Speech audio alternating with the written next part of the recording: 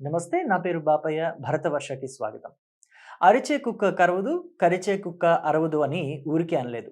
పాక్ సైన్యాధిపతి అసీం మునీర్ వంటి వారిని చూసే ఈ సామెత చెప్పి ఉంటారు. ఆపరేషన్ సింధూర్ సమయంలో భారత్ దాటికి తట్టుకోలేక బేల చూపులు చూస్తూ పరాయి దేశాల సాయం కోసం అర్రులు చాచిన పాకిస్తాన్ ఇప్పుడు తాజాగా మరోసారి నోటికి పని చెప్పింది. కేవలం నెల రోజుల వ్యవధిలోనే రెండవసారి అమెరికా పర్యటనకు వెళ్లిన ఆ దేశ సైన్యాధిపతి అసీం మునీర్ పిచ్చి ప్రేలాపనలు పేలాడు. అసలు మునీర్ ఏమన్నాడో ఒకసారి చూద్దాం. తమది అణ్వాయుధ దేశమని, అవసరమైతే అణుయుద్ధానికి కూడా దిగుతామని బహిరంగంగానే బెదిరింపులకు దిగాడు. తాము నాశనమైతే తమతో పాటుగా సగం ప్రపంచాన్ని పతనం వైపు తీసుకువెళ్తామని అన్నాడు. ఫ్లోరిడాలోని టాంపాలో ఓ కార్యక్రమంలో పాల్గొన్న మునీర్ అక్కడి పాక్ పౌరులను ఉద్దేశించి ప్రసంగించాడు. ఈ కార్యక్రమానికి పాకిస్తాన్ సంతతికి చెందిన పౌరులతో పాటు ఇజ్రాయెల్ డిఫెన్స్ ఫోర్సెస్ ప్రతినిధులు కూడా హాజరైనట్లు తెలుస్తుంది. ఇది విశేషంగా చెప్పుకోవచ్చు.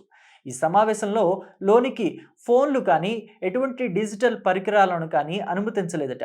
ఈ సందర్భంగా భారత్ పాక్ ఉద్రిక్తతలను మునీర్ తన ప్రసంగంలో ప్రస్తావించినట్టుగా తెలుస్తోంది. ఇక సింధు నది విషయానికి వస్తే ఆ నదిపైన భారత్ డ్యాములు నిర్మించేంత వరకు తాము ఎదురు చూస్తామని, ఆ తరువాత తమ వద్ద ఉన్న క్షిపణులకు పని చెబుతామని అన్నాడు. భారత్ కట్టే ఆనకట్టలను 10 క్షిపణులతో పేల్చేస్తామని ఉత్తర కుమార ప్రగల్భాలు పలికాడు.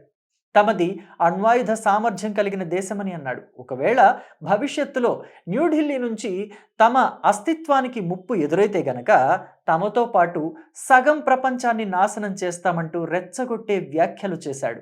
అసలు అమెరికా గడ్డ నుంచి ఒక దేశంపై మరో దేశం ఇలా అణు బెదిరింపులకు పాల్పడ్డం మాత్రం ఇదే తొలిసారి అని కూడా చెప్పాలి. పహల్గామ్ ఉగ్రదాడికి ప్రతీకారంగా భారత్ చేపట్టిన ఆపరేషన్ సింధూర్ తర్వాత అగ్రరాజ్య అధ్యక్షుడు ట్రంప్ ఇచ్చిన విందులో పాక్ ఆర్మీ చీఫ్ పాల్గొన్నారు. ఆ సమయంలో అమెరికా అధ్యక్షుడికి నోబెల్ బహుమతి ఇవ్వాలని అధికారికంగా ప్రతిపాదించారు. ఇక భారత్పై ట్రంప్ సుంకాల భారం మోపుతున్న వేళ మునీర్ అమెరికాలో పర్యటిస్తుండటం చర్చనీయాంశంగా మారింది. మరోవైపు పాక్ తదుపరి అధ్యక్ష పదవి రేసులో మునీర్ పేరు ప్రముఖంగా వినిపిస్తోంది. ఇవన్నీ చూస్తుంటే అమెరికా అధ్యక్షుడు ట్రంప్కి పరిపాలన అంటే పిల్ల చేష్టల మాదిరిగా కనిపిస్తున్నట్టుగా ఉంది. ప్రపంచ దేశాల మధ్య శాంతిని నెలకొల్పే మాట పక్కన పెడితే అగ్నికి ఆజ్యం పోసినట్లుగా ట్రంప్ ఇప్పటికే ఉన్న గొడవలను పెద్దవి చేసేలా వ్యవహరిస్తున్నాడు. మాటి మాటికి భారత్ పాక్ల మధ్య యుద్ధాన్ని తానే ఆపాను అంటూ భారతీయుల దృష్టిలో మరో జోకర్ అవుతున్నాడు. పైగా ట్రంప్ తన చేజేతులా అమెరికాకి ఉన్న పరువును కూడా గంగపాలు చేస్తున్నాడు.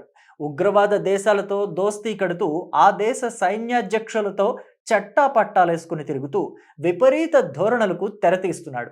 పైగా ట్రంప్ పాక్తో స్నేహ హస్తాన్ని ఇవ్వడంతో చైనా దేశం పాకిస్తాన్ను దూరం పెట్టింది. అలాగే రష్యా కూడా భారత్తో స్నేహాన్ని కోరుకుంటోంది.